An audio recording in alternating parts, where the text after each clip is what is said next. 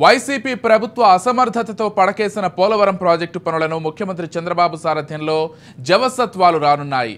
కుంటుపడిన నిర్మాణ పనులు పరుగులు పెట్టనున్నాయి. అన్ని కార్యకలాపాలను గాడిలో పెట్టేందుకు చంద్రబాబు గతంలో అమలు చేసిన సోమవారం పోలవరం కార్యక్రమాన్ని మళ్లీ పట్టాలెక్కించారు. సీఎంగా ప్రమాణ స్వీకారం తర్వాత మొదటి క్షేత్ర పర్యటనగా ఇవాళ పోలవరం వెళ్తున్నారు. దీంతో నిర్మాణంతో పాటు నిర్వాసితుల పునరావాస కల్పన, ప్యాకేజీ నిధుల విడుదల నేరుగా వేగంగా జరిగే అవకాశాలున్నాయి. ఇక బీజేపీ సహకారం ఉండడంతో వేగంగా నిర్మాణం పూర్తవుతుందని రైతులు ఆశిస్తున్నారు.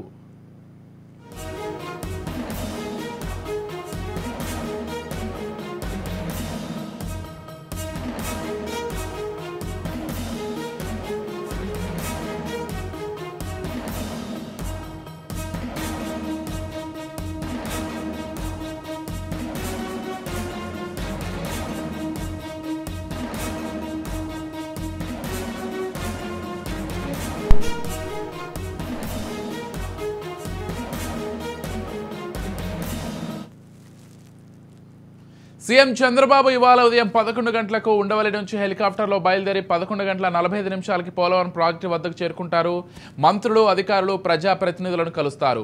మధ్యాహ్నం 12 నుంచి 1 గంట 30 నిమిషాల వరకు అధికారులతో కలిసి పనులను పరిశీలించి వివరాలు తెలుసుకుంటారు. 1 గంట 45 నిమిషాలకు ప్రాజెక్టు అతిథి గృహానికి చేరుకుంటారు. 2 గంటల 5 నిమిషాల నుంచి 3 గంటల 5 నిమిషాల మధ్య ప్రాజెక్టు అధికారులతో నిర్మాణ పనులపై సమీక్షిస్తారు. సాయంత్రం 4 గంటలకు ప్రాజెక్టు నుంచి బయలుదేరి ఉండవల్లి వెళ్తారు. ప్రాజెక్టు ప్రస్తుత స్థితిగతులపై పూర్తి స్థాయిలో పరిశీలన అధికారులతో సీఎం సమీక్ష చేయనున్న నేపథ్యంలో నిర్మాణం ఎప్పట్లోగా పూర్తవుతుందో స్పష్టత వచ్చే అవకాశం ఉంది.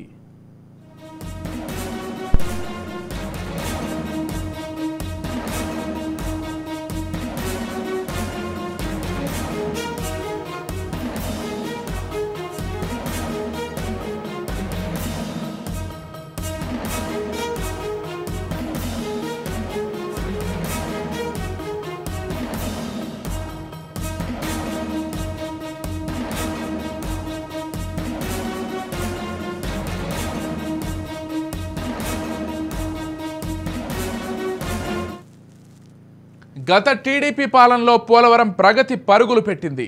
చంద్రబాబు దార్శనికత, నిత్య పరిశీలనతో 72% పనులు పూర్తి చేశారు. వైసీపీ అధికారంలోకి వచ్చాక 2% పనులు కూడా పూర్తి కాలేదు.